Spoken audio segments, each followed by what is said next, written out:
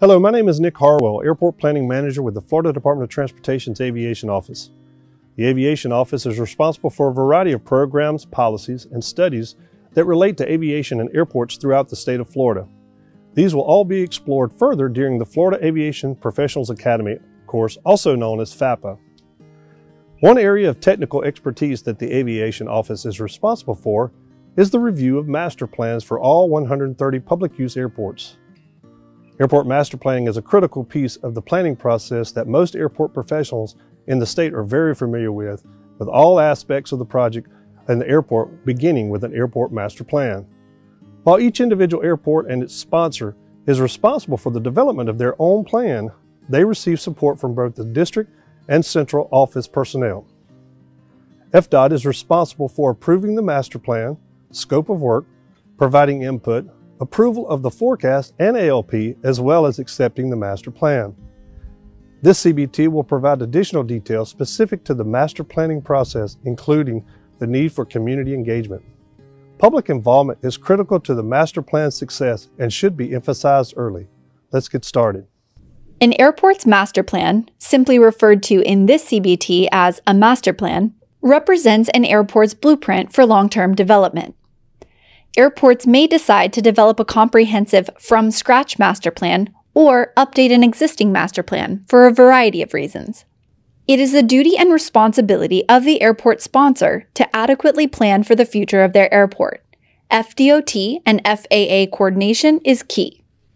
The FAA describes several goals for master plans, including, in summary, to provide a graphic representation of existing airport features, future airport development, and anticipated land use, to establish and validate a realistic schedule and financial plan for implementation of the proposed development, and to prepare and present a plan to the public that adequately addresses all relevant issues. This CBT will provide an overview of the master planning process. This process begins with an understanding of the definition of master plans. The process continues at the individual airport level with developing the vision for a master plan and developing products for a master plan. Along the way, we will discuss the involvement of the FDOT and the FAA. For more information about any of the topics addressed in this CBT, please refer to the FDOT Guidebook for Airport Master Planning, which is updated annually and is available on the FDOT Aviation Office website. The individual airport master plan is part of a larger planning process. Airport planning in Florida is stratified in the following manner. At the highest level, planning is guided by the FAA's National Plan of Integrated Airport Systems, or NIPIAS, the National Aviation System Plan. At the Florida-specific level, the Florida Aviation System Plan provides guidance and overall direction for planning efforts at airports and airport master plans, which provides site-specific recommendations for long-range strategic planning efforts at airports. This section of the CBT will provide a definitional overview of master plans before addressing the applicable state and federal guidelines and regulatory requirements.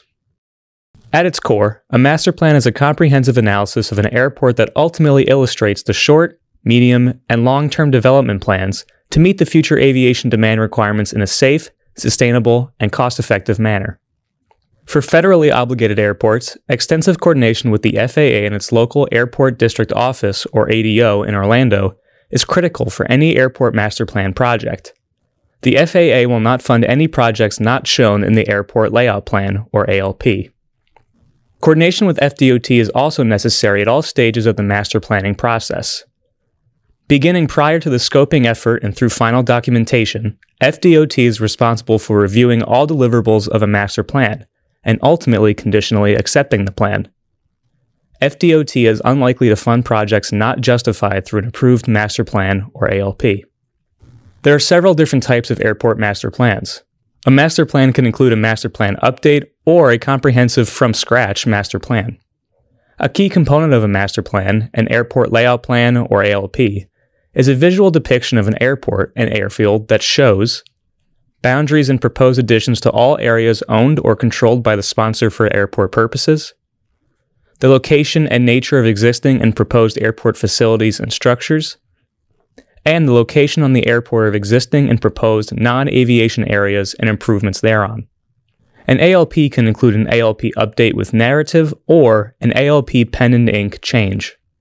Federal and state regulatory requirements and guidelines play a significant role in the development of the Florida aviation system. In an effort to support airport development that is both safe and compatible with the local community, federal and state agencies participate in airport development and provide regulatory guidance to airport sponsors. In many cases, both FAA and FDOT policies and procedures are complementary. At the FAA level, Title 49 of the United States Code USC, specifically 49 USC 47107A16, obligates an airport sponsor to keep up to date at all times a layout plan of the airport. At the state level, Chapter 332 Florida Statutes defines the duties and responsibilities of FDOT. Section 332.0075 is a key provision within Chapter 332, which is directly parallel to FAA funding requirements. The FAA and FDOT also provide numerous resource documents to guide the development of a master plan. This section of the CBT will provide an overview of the master plan scoping process. A well-defined scope is critical to the definition and success of any master plan. Throughout the scoping development process, airports should coordinate with the FAA, FDOT, and relevant stakeholders to identify airport needs. This will help the airport understand how to address a variety of needs within the master plan. The scoping process can be summarized in 5 steps. Step 1. Needs determination and project justification. Step 2. Pre-planning, including desired outcomes and purpose of the project. Step 3. Schedule a project justification and scope meeting with FDOT District and the FAA. Step 4. Request funding from the FAA and FDOT. And Step 5. Approvals and issuance of grants. Step 1 consists of needs determination and project justification. This step includes reviewing items to consider before scoping a master plan, determining needs to be addressed during the development process, and a consideration of FDOT licensing standards. Step 2 consists of pre-planning, including desired outcomes and the purpose of the project. This step includes an airport determination of specific elements or tasks and consideration of the general level of effort needed relative to the scope for the master plan. It also prompts discussions on how to gather input from relevant stakeholders, determine the desired outcome of the study, and form an estimated budget, as well as prompts discussion on the steps necessary for selecting a consultant to perform the study, including the development of the Request for Qualifications, RFQ, or Request for Proposals, RFP. Steps 3 through 5 are the actual scoping process. Step 3 consists of scheduling a project justification and scoping meeting with the local FDOT district and the FAA. This meeting is used to discuss the purpose, goals, and special planning issues anticipated for the study. This allows the airport, FAA, and FDOT district to verify the justification of the study and ensure the project needs are addressed in a preliminary scope. The airport sponsor should use feedback from this meeting to develop an estimated budget range and project schedule. Step 4 consists of requesting funding from the FAA and FDOT. The Joint Automated Capital Improvement Program process, or JCIP process, is the official method of requesting funding through the FAA and FDOT. The following items should be included in the request and justification discussions with these agencies: statement of project needs, desired outcome, and any special issues, scope of work, project schedule, and cost estimates and requested funding sources. Step 5 is the final step and consists of approvals and issuance of grants. Once a project has been approved, funding is typically provided to the airport in a planning grant from the FAA and/or a Public Transportation Grant Agreement, PTGA, from FDOT. It's important to note that once the grant has any funding activity, the airport sponsor is held to certain grant assurances. This section of the CBT will describe the various elements included in a master plan. Every airport's characteristics, issues, opportunities, and role are unique. Therefore, the traditional master planning elements, topics, and complexity of the overall plan will vary. The plan will provide more value to the future development of the airport and funding agencies if it elaborates on the specific challenges and opportunities the airport faces. This figure provides an overview of the master planning process. We define each of these elements in the sections to follow. Please keep in mind that this CBT is a high-level summary of the suggestions and requirements of an airport master plan. Further detail about these elements is provided in the FDOT Guidebook for Airport Master Planning. Public involvement is critical throughout the life of the master planning process. A Public Involvement Program, or PIP, is intended to encourage information sharing and collaboration between the airport sponsor and the stakeholders. Some considerations when planning for a PIP include identifying key stakeholders, determining methods of public input, and determining types of public involvement. It should be noted that the FAA requires some degree of public participation or input, but highly recommends a more robust program to obtain a greater understanding of the opportunities and constraints of the airport and support by the stakeholders.